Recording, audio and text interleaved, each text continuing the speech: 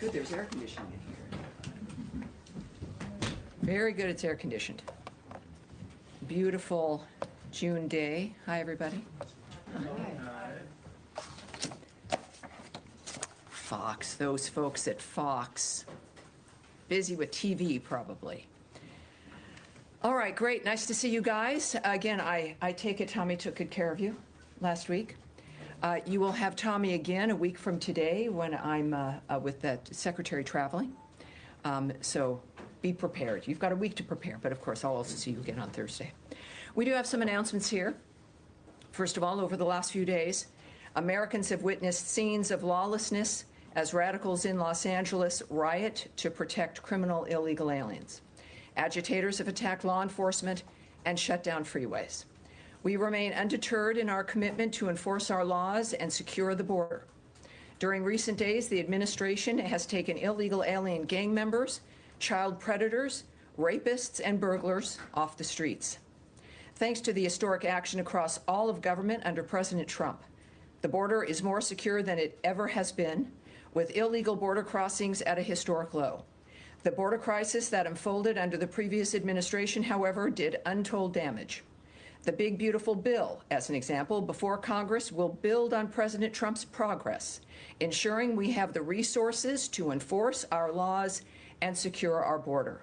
To that end, the United States is committed to disrupting the illicit manufacture and trafficking of fentanyl, a leading cause of death of people aged 18 to 49 in the United States. Yesterday, the United States announced that it is sanctioning La Chapitos, a powerful faction of the Mexico-based Sinaloa cartel, along with its 2 fugitive leaders. The United States is also designating a regional network of Los Chapitos associates and businesses based in Mazatlan, Mexico. This network engages in drug trafficking, extortion, kidnapping, and money laundering. Under Secretary Marco Rubio, the State Department will continue to protect our nation by keeping illicit drugs off our streets and disrupting the revenue streams funding Mexico-based cartels' violent and criminal activity. In addition, Deputy Secretary of State Christopher Landau will travel to Mexico, El Salvador, and Guatemala from June 10th to the 13th. As detailed in the trip announcement, quote, in each country, Deputy Secretary Landau will participate in a high-level bilateral engagements to further strengthen diplomatic ties and cooperation. He will engage in discussions to drive the private sector led economic growth, boost U.S. commercial investments in our region, and highlight the importance of ending illegal immigration. In addition, there are additional announcements today, of course. The United States sanctioned 5 individuals and 5 sham charities for financially supporting Hamas under the guise of humanitarian work. Additionally, we are targeting a fraudulent charity linked to the Popular Front for the Liberation of Palestine, the PFLP. The United States will use all available tools to prevent abuse of the nonprofit sector for the benefit of terrorist groups like Hamas and the PFLP. We are committed to ensuring humanitarian aid can in fact be delivered by reliable and safe organizations. Finally, cultural diplomacy remains an important endeavor of the Trump administration. The Kennedy Center exemplifies this commitment, and its gala is tomorrow night, led by the musical Les Miserables. The center will have a season that will have Broadway, ballet, opera, and even Dolly Parton, in addition to a lot of other great things for kids as well. In this world of ours, it sounds very nice and very appropriate. And now to your question. Sounds like Matt Lee is amused. I hope you might be some coughing. I know you weren't laughing. And you might, it would be good to become perhaps a season ticket holder to the Kennedy Center. I'm just saying, but go ahead. I would be happy to be a season ticket holder to the Kennedy. Yeah. And I would love to see Les Mis because I never saw it. There you go. But anyway, listen, just on your copper, and then I want to go shoot really quickly to the Middle East, just on the top. The State Department doesn't have any role in what's going on in LA in terms of quelling the violence. Is that correct? Well, as I would view it, and I think that we all know that many of the aspects regarding illegal immigration, certainly on the issue of visas, The controlling of the border, the designating of foreign terrorist organizations is one part of a whole of government effort to keep the country safe, to keep Americans safe. Don't push me off here. I'm answering your question. And so when we see the dynamic of what's happening in Los Angeles, it is, I think, quite appropriate for Americans to see this, and it is. The nature of what we are working to do together through the Trump administration to secure this country and to secure our streets. And that means, yes, removing criminal illegal aliens and getting them back to their home countries, and certainly at least getting them off American streets so that Americans can feel safer in their own homes and in their own communities. And so in the midst of that, when we talk about it, of course, it's the State Department, it's the DOJ, it's ICE, it's the Department of Homeland Security, it is the White House. It is a multitude of departments working together to envision and implement President Trump's vision. Okay. Let me yes, sir. Go to the Middle East. So Ambassador Huckabee gave an interview earlier today, I think it was earlier today, maybe it was yesterday, but in which he called into question, or didn't call into question, they basically said that the administration is not particularly interested in seeking a two-state solution for the Israel-Palestinian conflict. And I want to know, I mean, he's been outspoken on this issue in the past before he became ambassador, but is he speaking on his own, or is this now administration policy that you're no longer so interested in that kind of a resolution? Well, first of all, I'm not going to characterize the ambassador's remarks. I'm not going to explain them or really comment on them at all. I think he certainly speaks for himself. At the same time, of course, ambassadors are there and they're working with their host country. But when it comes to American policy and certainly where the president stands, I'd suggest you call the White House. Okay. All right. Yes, Andrea Mitchell. Hi, thank you, Tammy. Let me ask you about part of the potential enforcement of the administration's policies to deter illegal immigration. Mm-hmm. There is reporting of a potential plan to send undocumented immigrants or others who have been detained to Guantanamo, perhaps as soon as tomorrow, while there is court case pending to rule out Guantanamo as a place to send people, saying that it is not necessary, it is too expensive, and that the conditions are intolerable. But that this would include Europeans from allied countries countries that would willingly accept deportations of their illegal immigrants here. So what is the State Department's position on whether European illegal immigrants, migrants, who have been detained should be sent to Guantanamo rather than to their host countries, including countries that would very willingly accept them? Do you think that this would damage relationships with our allies? Well, first of all, I can tell you that this entire dynamic, it's managed by DHS, first of all. It's certainly not a dynamic managed by the State Department. I can also say that, of course, it's not new that we are moving criminal illegal aliens to Guantanamo prior. It's not the final destination. It's prior to their being sent to their home country. But when it comes to each country, I'm not going to speak to that. But I would suggest that I have a follow-up. well, I won't speak to any country when it comes to the illegal aliens, the criminal aliens that may or may not be sent to Guantanamo Bay. That clearly sits within a diplomatic framework. You're asking me to speak on what the Secretary or others might be discussing with their foreign counterparts, and I'm certainly not going to do that. I'm not going to speculate, and nor will I guess or speculate on the nature of any kind of backlash or the impact on the State Department. What I can tell you is that the backlash would be as if we weren't doing our job. State Department and the Secretary has been very specific about our role, which is the vetting of people who are coming here in the first place, removing illegal aliens who are here, criminal illegal aliens, whether they've overstayed their visa or here illegally entirely. We're very focused on the nature of what the State Department has as its charge. And this is a framework, again, that's, as I just mentioned to Matt, where you've got a whole of government framework. The DHS is in charge of this particular aspect. But if the DHS literally would be in charge, but does the State Department have a view about what the diplomatic impact would be on our allies? Again, Andrea, you know I'm not here to speak about the diplomatic opinion or the speculation of the nature of the feelings of things. I'm here to talk about the specifics. You're right. You know, the United States has increased enforcement of immigration laws and removal of illegal aliens. They are being removed because they didn't have a legal basis to be in the United States. These are the why, you know, the visa dynamics, the nature of that we have the right, like every country does, to control who comes in and to have an interest in who stays. And that's what this is about. Sending people to Guantanamo might have a salutary deterrent impact. Would that help the whole of government approach which you are describing? What I can say is that this is a very specific mission to make American streets safer. And this is why President Trump was elected, to do exactly this. Yes, ma'am. Thank you. Just going back to Matt's question on Huckabee's comments, I know you said that the ambassador speaks for himself, but he was appointed by the president. Mm-hmm. He does represent the U.S. government in Israel.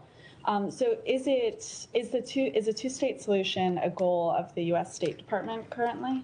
You know, I'm not going to speak, again, what I said to Matt, and what I'll keep saying is I'm not going to parse the ambassador's remarks.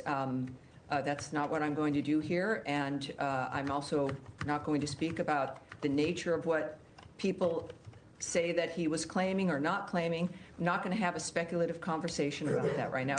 I would suggest that when it comes to the policy of the United States, that sits with President Donald Trump.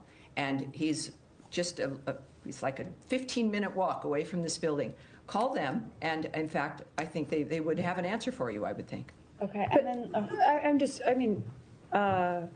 then of course, the president sets a policy, but Secretary of State is in charge of foreign policy. So irrelevant of yes, what I'm not, ambassador. Yes, I'm not going to begin a conversation speculating based on a statement Ambassador Huckabee may or may not have made. I would suggest when we think about the policy, yes, Secretary Rubio implements President Trump's vision for foreign policy.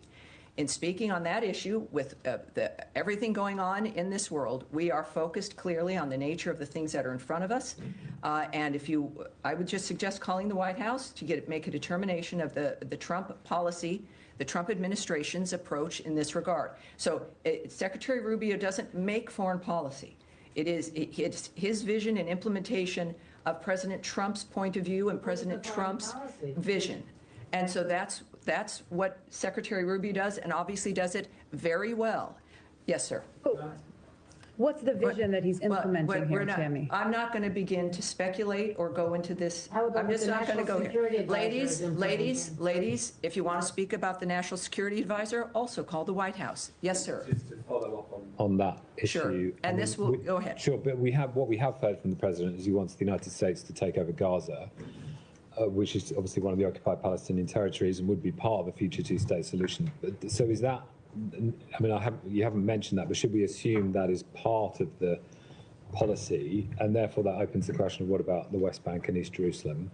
And is that, I mean, Ambassador Huckabee seems to be suggesting there wouldn't be a future Palestinian state in those remaining areas. So we kind of know half of the answer to the question, in that you've said it's President Trump's view and decision, and he's stated that, although you haven't restated it here about Gaza.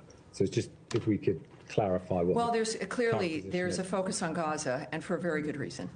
And that's what we're focused on, is the ceasefire, is stopping the carnage, dealing with what's going on in Gaza, after, of course, the horrific events of October 7th, the nature of what's happening with Iran and its death squads of Hamas and Hezbollah and the Houthis. It's a full plate.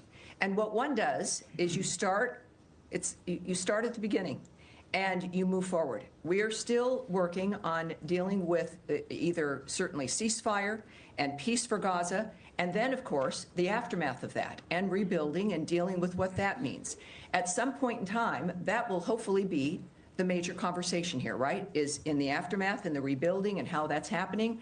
And I would expect that to be a conversation that we'll all be engaging in. But is it still the policy that the U.S. should take control of that territory. You know, during that process, I because can't, that's what the I don't, president himself you look, said. what I've heard President Trump say, and what I know the Secretary has always said, is that Hamas can't exist, that we've got to get a ceasefire, that we've got to have new ideas for making sure this doesn't happen again and again and again. I know that the President has called for new ideas to help make that happen. I know that he has had some new ideas and how to do that. We know the region has chimed in with what it believes it can do when it comes to aid and even rebuilding. But the fact of the matter is right now, Hamas won't even let the hostages go. Hamas still won't put its weapons down. Hamas is still playing games as people still die as we do work to get food and aid into that region. So we're still at that kind of dynamic, and we will get to the other part, I hope, as soon as we can. Nadia. Thank you, Tammy. Just on the Middle East again, the Israeli Prime Minister said today there is significant progress in releasing the hostages and the ceasefire. Does the State Department share his view? And also I want to ask you about the 20 people who've been killed today around distribution center. Last briefing, I believe you said that the Israelis are investigating that. I'm just wondering how these people who have been killed daily now, not one day passes without people being killed around this food distribution center, how can they get their food safely? Well, of course, that is exactly what we've all been working on, right, is getting food and aid safely in. We also know that the UN had a horrible dynamic where they had flour that they report was stolen by Hamas, and that the problems, and as I've said regularly, we all know it's a war zone. It's a war zone led by terrorists who don't care about humanity or the future. Regarding what's happening on the ground there, I would refer you to the IDF in Israel, which continues, of course, to investigate. And in the case of what's being led by the IDF in Israel there, I think that's where you'd need to go in that regard. And there was a third part. What was this? Talking about the significant progress that Netanyahu is talking about today. Yes. Well, again, I can't speak to what the Prime Minister has said. Is he sharing anything with you, the State Department? I can't speak to that at this point when it comes to what Netanyahu has said. Saeed, yes, and this will be the end for this particular stretch of questions. Yeah. Yes. Thank you very kindly. Sure. Just to follow up on the questions that were raised on the two-state solution and so on. Sure. Now, we know that President Trump in his first term came up with the deal of the century, which spoke almost in detail about his vision. Let me ask you this. Now, there are 5.5 million Palestinians in between Gaza and the West Bank. And I want to ask you, if there is no position of the State Department at this time, because the State Department has always... What I said was I was not going to speak about the issue. I did not say there was no position, sir. Okay. All right. Be very careful, because I'm not going to have you put on the record something that is entirely not true. Okay. And I want you to proceed with that in mind. Okay, I take it back. I wanted to ask you, what do you consider the Palestinians in the West Bank? I mean, I will not provide to you, Mike, what I consider. Are they under occupation? We are not going to, I will not, look, it was nice to be able to call on you, Saeed. I'd like to be able to have a question that I can answer, but you're asking me to speculate. Okay. Right. I would say, I will just reiterate as we move on to another issue, is that President Trump is a man who understands and is working, really is committed these 5-6 months to being a peacemaker and to changing things that people have not been able to change for half a century. Right. And he is determined to do it. He cares about everybody. He cares about the people of Gaza. He cares about the Israelis. He cares about Jews. He cares about Christians. This is a man who genuinely is determined to make a difference as an individual. This is a very fluid situation. He wants solutions. He wants to make sure that people can live safely in the world. And we've seen him time and time again make different decisions, have consultations, talk to people nobody thinks he should talk to. He can change his mind. He's clearly transparent, speaking about what he's going through and thinking each day. So when we think about what the future will look like, it's allow us to do the work that we're doing right now, focusing on the ceasefire, getting aid into that region, and let the president, who's determined to deal with all of the issues in that region, come to the fore of what happens next, and we will learn that only from Donald Trump.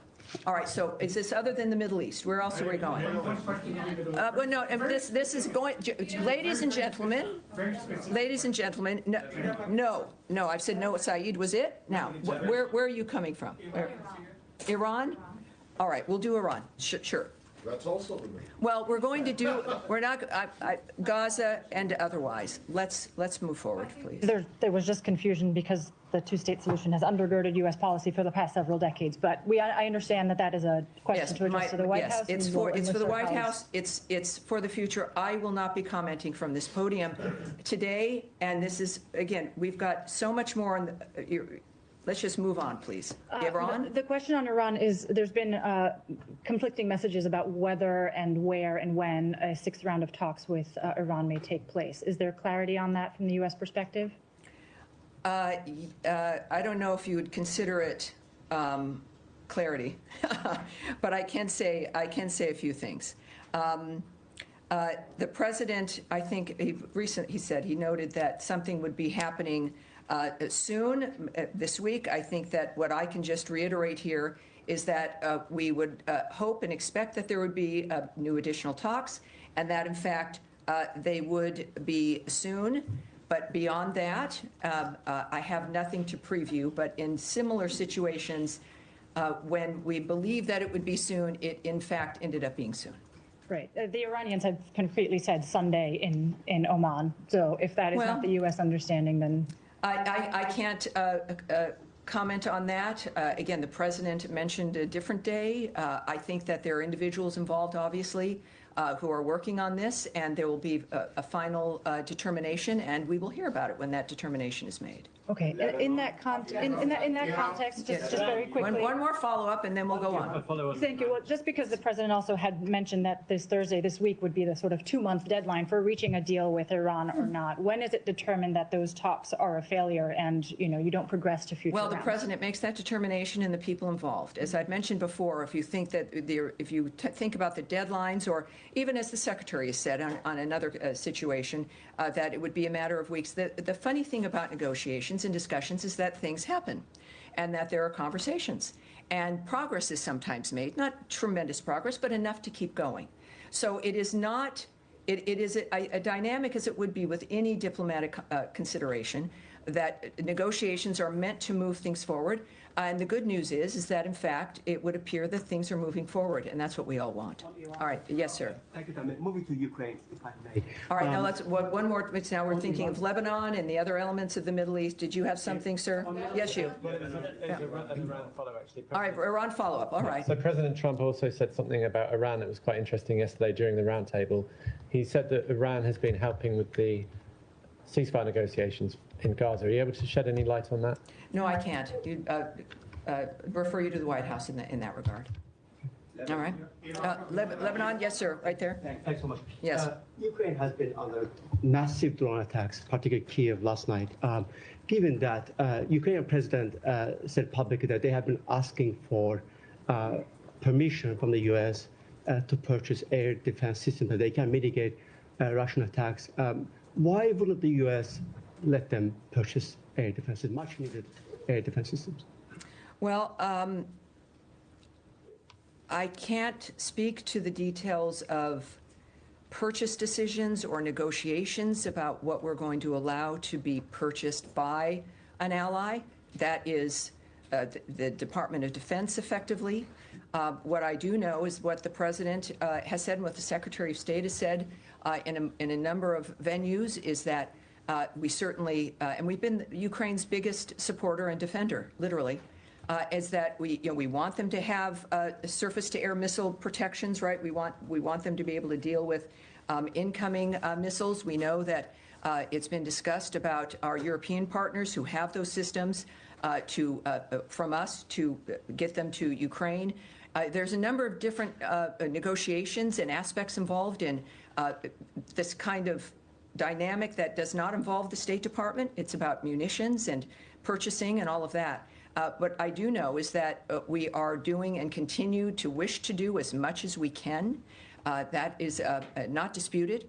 And I understand the Ukrainians, who are great friends of this country and have done, there's no disputing the bravery and the commitment of the Ukrainian people. If that was ever in doubt or questionable, this war and how they've defended their nation has dispelled any of that.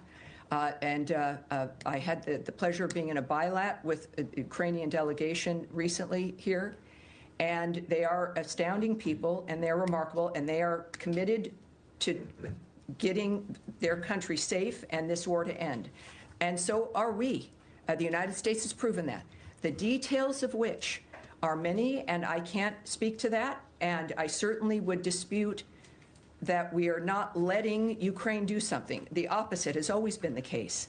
Our goal is to make sure that this war comes to an end, and we've continued to focus on that. And on that line, I would appreciate if you help us clarify, reports that the United States has redirected some of the promised defensive weapons from Ukraine. Well, it's supposed to go to Ukraine, but they redirected to the Middle East.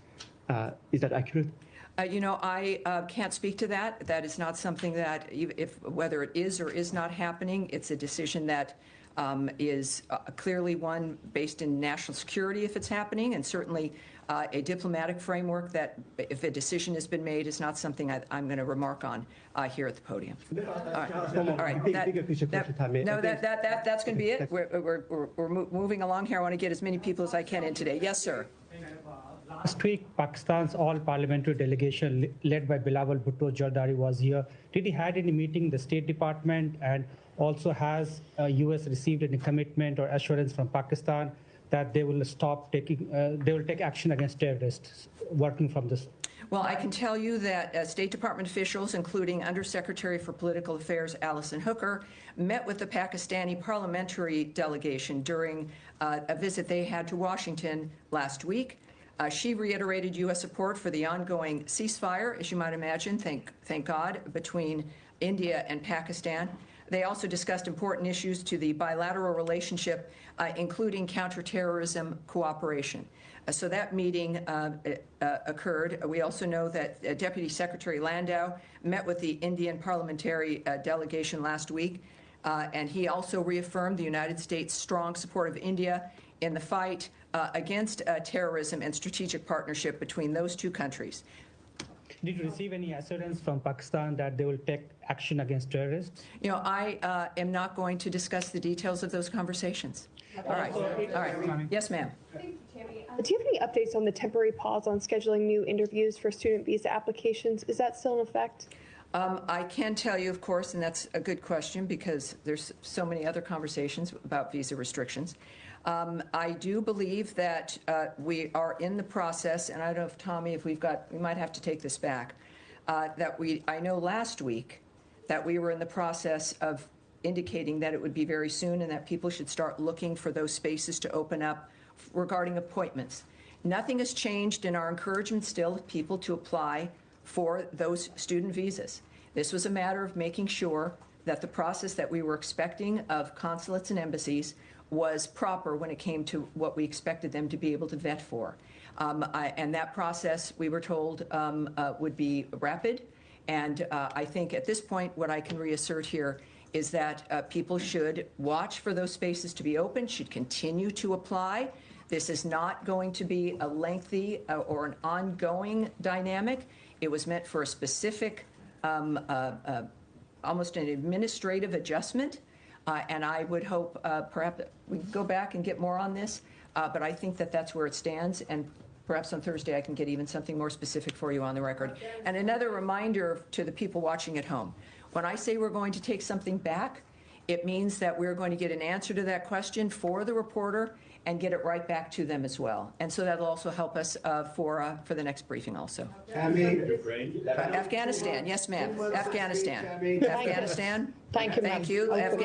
Let's keep this in order, please. Let's go ahead. Thank you so much. Thank you. As you know, Afghanistan situation is still critical, but different people, different diplomats like Zal Khalil, the former ambassador in Iraq and Afghanistan, he has a positive idea.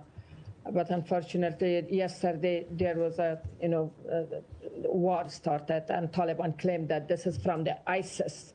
Number one, do you think it's still ISIS is still active in Afghanistan? And my second question is still some Afghan who was SIV and P1 or P2 left behind in Afghanistan, Pakistan, Iran. Do you have any update for them to come to the United States, please? Well, first, I can't speak right now on the internal dynamic of what's happening in any problem between people or claims about ISIS being active and violence that was ensuing. But let's take that back and see what that is. I do know that for the visa restrictions and Afghanistan, that there is, for the SIV visas, the proclamation that was used announcing this states that Afghan special immigrant visas are accepted. I'll say exempted from the suspension of entry to the United States. Consular processing of Afghan SIVs, including Afghan SIV interviews, continues at U.S. embassies and consulates around the world. All right. Yes, sir. Thank you. Me? Yes, you. Yes, sir, you. Yes, thank you. All right. If we're going to have disruptions, we're going to let's stop this if we could, Heather. Let's move, please. Let's get. We will remove you if you are not silent right now. So we are going to be respectful to your fellow journalists, and thank you very much. Thank you very much. Yeah. Now we will go. Thank you, sir. Thank you very much. As you know, the Iraqi federal government has cut the budget and salary of the Kurdistan region. Have you addressed this issue with Baghdad? What is your position on the matter? And I have yes, we're aware of this. We are aware of this. And we urge Baghdad and Erbil to resolve their issues through constructive dialogue consistent with their constitutional responsibilities. Resolving the salaries issue quickly sends a signal that Iraq is creating an environment in which U.S. companies would want to invest. Successful resolution would also send a positive signal on broader cooperation for the benefit of all Iraqis, such as reopening the Iraq-Turkey pipeline and additional energy exploration, including with U.S. companies. When speaking with senior Iraqi officials, such as Prime Minister Soudani, Secretary Rubio has emphasized the importance of stability and prosperity in Iraq and the region. He has done the same in recent meetings and conversations with KRG President Barzani and KRG Prime Minister Mansour Barzani. U.S. support for a strong and resilient Iraqi Kurdistan region remains a crucial element of our relationship with Iraq. All right. Yes, all right. Next, please. Let's get everyone in if we can here. I'm only going to ask one to get everybody in. Sanctions question for you. The ICC sanctions that were announced last Thursday. 2 members of the pre-trial chamber that signed off on the arrest warrants for Prime Minister Netanyahu, Defense Minister Gallant, were sanctioned. But the presiding judge, the 3rd judge in the pre-trial chamber of France, was not sanctioned. What was the reasoning behind sanctioning only 2 of the 3 members and not the presiding judge of that chamber? Yeah, again, that obviously was a internal diplomatic decision made very specifically about specific individuals, which I won't discuss. So it was a diplomatic decision? Well, it's what the decisions that go into the nature of when to do a sanction. Obviously, there's a combination of conversations involving national security, what's in the best interest of the United States, what's in the best interest of our diplomacy, certainly with our ally Israel, and our own national security and the messages that we send when it comes to expecting America to be treated with respect and to be treated with some modicon of decency when it comes to the international scene. I think that makes that clear, but in the sense of the details of that, of course, I can't comment on that here. Thank you, Tim. All right. Yes, sir, at the end here. I have a question about foreign aid. Would you be able to share any update on the status of PEPFAR? I understand Secretary Rubio said last month in a hearing before the Senate that 85% of the program is operational. But now some activists and congressional Democrats are disputing that. I do have something for you here, just for some clarity. Secretary Rubio referenced an estimated 85% of beneficiaries who could be receiving life-saving treatment and prevention of mother-to-child transmission services based on the full operational capacity of all the operational active awards. It's 85%. That is a correct number. That is as of March 24th, 2025. All right? Good. Oh, wait. Well, hold on. This cable that went out today from Secretary Rubio instructing all chiefs of mission to abolish all USAID positions, local, direct, either direct U.S. hires or local employees. And sure, that was not a surprise. It shouldn't surprise anyone. A cable is something sent out from the State Department, in this case, of course, to missions worldwide, instructing them to do something, essentially. There's many more uses and reasons for cables.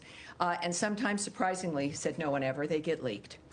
In this case, it was an order regarding positions, regarding U.S. aid, that they were to be ended.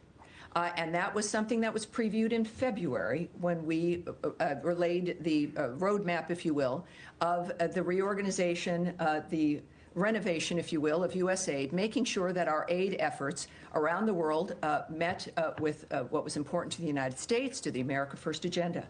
So this was a cable telling our posts exactly what they were expecting to be told, which is that those positions were gone and were being eliminated. So it wasn't a surprise. It's nothing new. And it is exactly what we previewed in February and March of this year. All right. But we've talked to you. Yes. All right. Now in the back, young man right there. Yes. Young man without the tie. That would be you. Yes. Just while we have questions on Israel, earlier today, 5 countries. Can you tell me, by the way, what is your outlet? Just a curiosity. And your name? Ryan Morgan with the Epoch Times. All right. Hi, Ryan. Welcome aboard. Thank you for having me. So I was just wondering if you have a quick comment about the 5 countries that sanctioned Israeli ministers Itamar Ben-Gvir and Bezalel Smotrich today. Yes, I do. I have something for you on that. And let me get that for you. There's just so much going on today. First of all, we find that extremely unhelpful. It will do nothing to get us closer to a ceasefire in Gaza. This, again, is about Allied sanctions against Israeli ministers. They should focus on, this being UK, Canada, Norway, and New Zealand, should focus on the real culprit, which is Hamas. Hamas put the people of Gaza in this situation by launching the horrific attacks of October 7th, which killed 6 British citizens and 46 Americans, and continue to hold hostages, of course, including the bodies of 4 Americans. We remain concerned about any step that would further isolate Israel from the international community. If our allies want to help, they should focus on supporting Special Envoy Witkoff's negotiations and backing the Gaza Humanitarian Foundation when it comes to food and aid. All right. Yes, sir, in the back? Yes, sir. Thank you, Tammy. My question is about Ukraine negotiations. Russians and Ukrainians came together in Istanbul last week and they announced a memorandum, and result of that, there was exchange of prisoners. What is your elaboration on that phase of the deal, and how do you follow these negotiations? Well, the President and the Secretary have been saying for a while that the only real solution can come with the parties talking directly. And that is what we've been seeing here, at least, in this regard. We, of course, remain in close contact with both parties at the highest levels. And we welcomed the success, the movement of, again, more prisoner exchanges. In this case, of course, the seriously wounded and young prisoners under the age of 25. As well as repatriating fallen soldiers, which in that instance was about 6,000 each, horribly. We are not involved, right? We're not involved in that as the State Department. If that was your question, of the United States, this was negotiations, conversations between the 2 parties involved. And that's all I can tell you, is that we welcome that progress in the meantime. Are you in contact with the Turkish authorities in order to have them involved in some way to reach a deal between the 2 parties? Well, I obviously won't speak on, we talk with all of our allies on a number of different reasons all the time, but I won't discuss what the details are of those conversations. Yes, sir. Thank you, Tammy. Question on Iraq. When do you expect Iran to get back to you about your proposal? And President spoke to Focus, and he said Iran is acting much differently in negotiation than it did just days ago. What's changed from Iran from recent days? Well, I don't speak for Iran. And I think that what we will find is, as we've discussed, the expectation of further talks and those leading those talks and handling the situation. I would hope, as we all do, that we can finally have some answers and some agreement when it comes to the situation. On Iraq, you said that you are encouraging both Erbil and Baghdad, the Kurdistan region of Iraq and Baghdad, to solve the issue over the budget. Are you engaging with them? There are reports that recently the U.S. charged the affairs to the Iraqi embassy in Baghdad. He met with the Iraqi prime minister and he put direct pressure on Iraqi prime minister to solve this issue. Now the Iraqi officials that saying that we are getting heated from the Washington to solve this issue. Do you have any updates on that? In my previous answer to this, it's clear, even from this podium, we're expressing what we expect to see. And they know what we think. And we've been saying it over and over again. It's not, I'm not going to speak on rumors or single reports or somebody talking about a chargé d'affaires or an ambassador and what they're talking about and who they're meeting. That's not going to happen here. But we here have made it very clear that this is a situation that has to stop. And we know that, of course, as I've noted, that resolving situations like this will entice more companies to get involved in the area, making everyone's lives in the region better. All right. Yes, sir, in the back. I was behind the man with no tie. Behind our friend with no tie. Yes, sir, go ahead. I should not wear the tie then. You have a tie on. That would be you, yes. No, you, sir. Oh, you, thank you so much. Thank you, Diamond. Too many with no ties these days. All right. No offense to the no tie wearers. Thank you so much, Tammy. So after the ceasefire between India and Pakistan, President Trump offered to mediate on the issue of Indian-held Kashmir. I was just wondering what kind of follow-up we are expecting, like how State Department move forward, like inviting the leadership of both the countries, or like going to support UN Security Council resolution on Kashmir? Well, I obviously can't speak to what's on the mind or the plans of the president. What I do know is I think we all recognize that President Trump, in each step that he takes, it's made to solve generational differences between countries, generational war. So it shouldn't surprise anyone that he'd want to manage something like that. He seems very much to be, and not just seems, but he has been the only one to bring certain people to the table to have conversations that nobody thought was possible. So while I can't speak to his plans, the world knows his nature, and I can't speak to any details of what he might have in that regard. You could call the White House. I have a feeling they would have plenty to say, but it is an exciting time that if we can get to a point in that particular conflict, thank God, but also thank Secretary Rubio and President Trump and the Vice President. It's a very interesting time, and so it's every day we bring something new, and I hope perhaps something like that can also get resolved before the president. Yeah, keeping Americans safe is a top priority of this administration. An American citizen group of Panu has wrote a letter to Secretary Blinken demanding to put sanctions on Indian agents involved in his assassination attempt. Did you get that letter? What is your opinion? Well, if that's something I can't speak on, but let's take that back and we'll go on from there. All right, now I've already spoken to some of you with your hands up. Yes, sir. And the blue top, no, behind you, no, in the glasses, sir. Thank you. Yes. As you know very well, new South Korean President Lee Jae-myung is pursuing pragmatic foreign policy, which regards the alliance with the United States as the very foundation of his foreign policy. But pragmatic policy also signals an openness to stably manage relations with China. So do you have any comment on the new South Korean government's foreign policy stance? Well, I don't. What I can tell you is that there was a call between the president and President Jae-myung Lee. We can confirm that that phone call, in fact, took place, and we refer you to the White House for those details. We congratulate the president on his election as the president of the Republic of Korea, and we're confident under his leadership that our alliance will continue to thrive.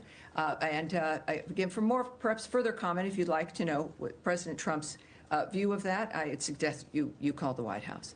All right, now, in the back is going to be our last question here to you, sir.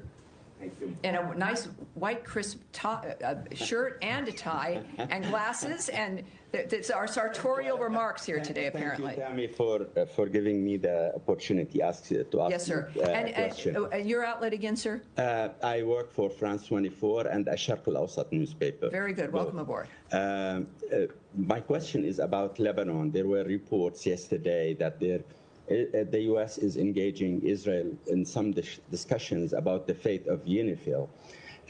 Would you please shed some lights on what do you think regarding the situation of UNIFIL in southern Lebanon, and what do you expect from UNIFIL and from the Lebanese government? And also, I have a question whether you would confirm that Ambassador Tom Barak will visit Lebanon next week. Thank you. All right, well, for the first part of that, we'll have to take all of that back. I know that quite some time ago, we discussed this here at the podium, but as we also know, time changes things, and I want to make sure, I don't want to repeat to you the nature of what we were saying months ago. So let's go back and we'll get those answers there. Regarding Ambassador Barak, he is, of course, our ambassador to Turkey, and he's leading the way in our effort regarding Syria and giving them a chance to make a difference and to move into the future. I think we can get a good answer from the ambassador about his plans regarding any travel. I'll do my best for you in that regard. But he's a busy guy. We had him here last week. He spoke to many here. In general, off the record for like a meet and greet. But he's a man who clearly is making a huge difference. We expect more from him, and we'll get back to you with his travel plans in the end. A quick follow-up sure. On the fate of Miss Morgan Ortagus, because there are a lot of rumors. Well, that means, boy, I can see myself answering this question. Yeah, but said no one ever. I know you answered without answering the question before. Well, I will not answer without not answering. No, first of all, I will not speak about personnel dynamics. I'm certainly not going to address rumors surrounding those, any personnel dynamics here regarding anyone. And I'm going to leave it at that. All right, thank you, everyone. Great job. I'll see you on Thursday. Thank you very much.